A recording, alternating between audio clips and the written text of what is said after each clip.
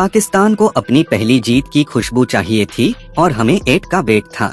जी हां, पाकिस्तान को world cup में 8वीं बार हराने के जज्बे के साथ इस बार भी पूरी भारतीय टीम मैदान में तैयार खड़ी थी।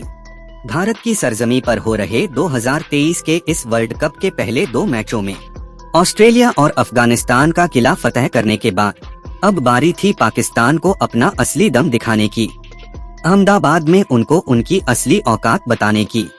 भारत के सामने प्रतिबंधी पाकिस्तान टीम एशिया कप में मिली शिकस्त की भरपाई के उद्देश्य से सीना ताने आज से आंख मिलाने लगे। अहमदाबाद के विश्व के सबसे बड़े नरेंद्र मोदी क्रिकेट स्टेडियम में 1 लाख दर्शकों के आने की आहट के साथ ही इस मैच का रोमांच अपने चरम पर था। चारों तरफ माहौल बन चुका था और देश के हर गली मोहल्ले में कर्फ्यू जैसा माहौल पैदा हो चुका था। पॉइंट्स टेबल में खतरनाक हेर फेर भी शुरू हो चुका था। अफगानिस्तान को बड़े मार्जिन से हराने के बाद अब भारतीय टीम की चुनौती और भी सुदृढ़ हो चुकी थी। तो वहीं पाकिस्तान की टीम ने भी अपने पिछले मैच में श्रीलंका के खिलाफ 345 रन चेस करके आंख में आंख डालने की जुर्रत जुटा पा रहे थे। वे दोनों ही टीमें लगातार तीसरी जीत के सपने के साथ मैदान में थी।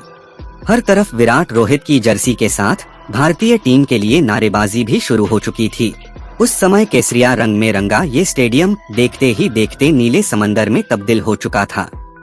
पूरा मैदान मानो किसी त्योहार में शामिल होने जा रहा था। अमिताभ बच्चन, अमित शाह, अजित सिंह जैसी शख्सियतें मैदान में भारत विजय शंखनाद का इंतजार करने लगे। बाबर आजम वर्सेस विराट कोहली के इस बैटल के लिए मंच तैयार था, लेकिन रोहित के बल्ले की रफ्तार की आंधी में पाकिस्तान के आज हौसले पस्त होने वाले थे, क्योंकि आज रोहित के बल्ले की गूंज हारिस रऊफ के घर तक सुनाई देने वाली थी। आज मैन पाकिस्तान के लिए आउट ऑफ सिलेबस जैसी पहेली बनकर सामने आया और पाकिस्तान को पता नहीं चला उनके साथ आखिर हुआ क्या था। नमस्कार दोस्तों, आप देख रहे हैं वर्ल्ड कप 2023 की विजय गाथा का स्पेशल चैप्टर नंबर 3। चैनल को सब्सक्राइब करके कुर्सी की पेटी बांध लो। ये कहानी शुरू से शुरू करते हैं। India destroy of Pakistan. तारीख थी 14 अक्टूबर 2023। भारतीय कप्तान रोहित शर्मा ने टॉस जीतकर पहले गेंदबाजी का फैसला किया।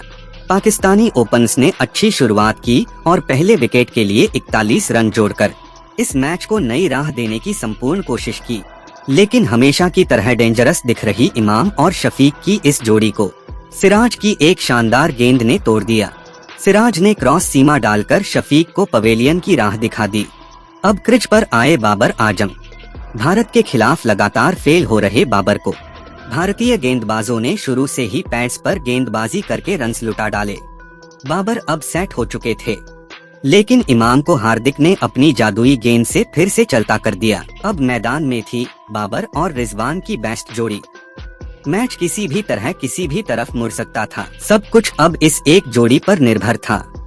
बाबर और रिजवान ने मजबूत भारतीय गेंदबाजों का सामना तो किया, लेकिन पाकिस्तान की इस जोड़ी के पास भारतीय स्पिन गेंदबाजों के खिलाफ डरपोक नजरिया आसानी से देखा जा सकता था।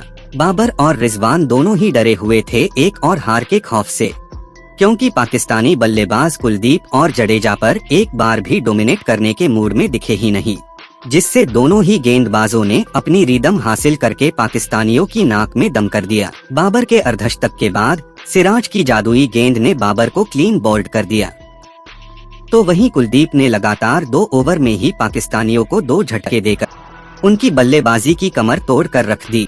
अब पाकिस्तान रिजवान के भरोसे खड़ा था, लेकिन रोहित ने आर पार की लड़ाई शुरू कर दी। अब गेंद रोहित ने बुमराह को थमाते हुए किलिंग अप्रोच पर ध्यान दिया।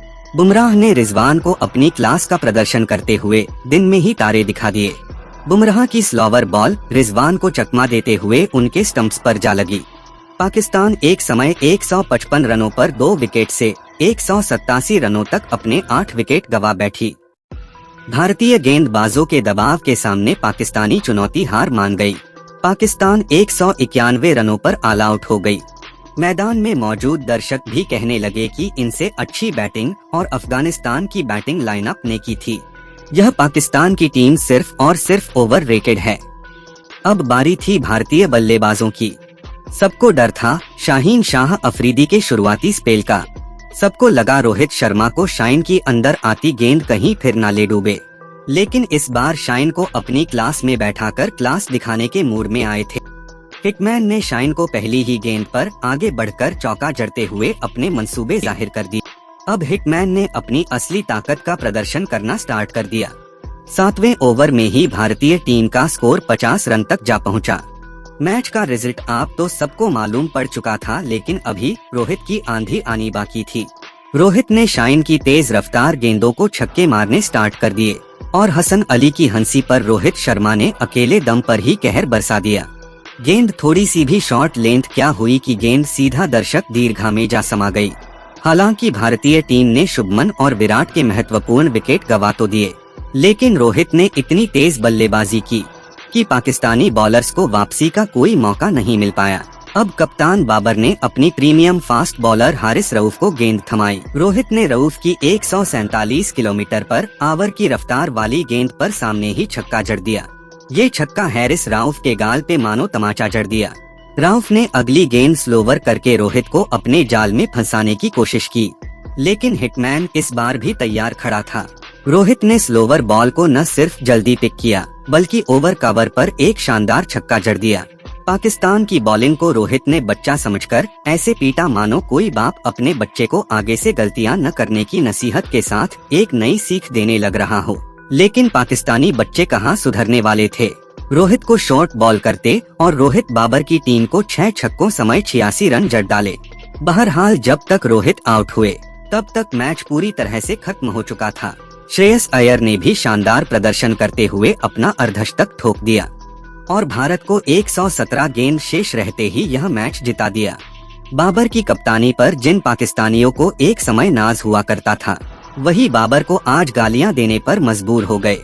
अब भारतीय टीम अपने मिशन 2023 के इस वर्ल्ड कप में पहला स्थान लिए बैठी थी, तो चैनल को सब्सक्राइब करके रख लो, क्योंकि वर्ल्ड कप अगला चैप्टर जल्द ही आएगा।